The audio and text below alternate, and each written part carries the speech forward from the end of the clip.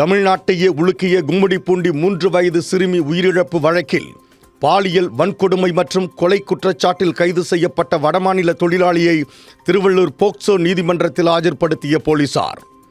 வடமாநில வாலிபரிடம் அரை மணி நேர விசாரணை நடத்திய நீதிபதி 15 நாள் நீதிமன்ற காவலில் வைக்க உத்தரவு.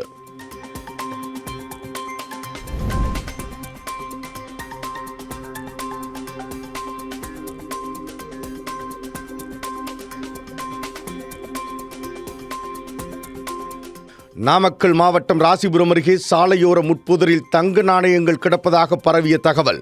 பொதுமக்கள் ஏராளமானோர் சம்பவ இடத்திற்கு திரண்டதால் பெரும் பரபரப்பு.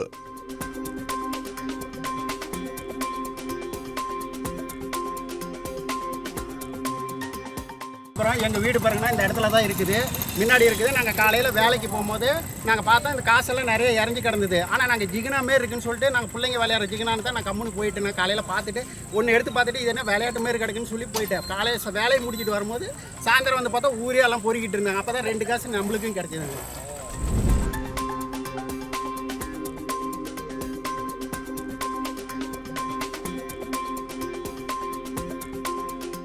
ஆன்மீக நகரமான திருவண்ணாமலையில் கஞ்சா போதைப்பொருள் விற்பனை நடைபெறுவதாக போலீசாருக்கு வந்த தகவலின் அடிப்படையில் அதிகாலை முதலே அதிரடி சோதனை.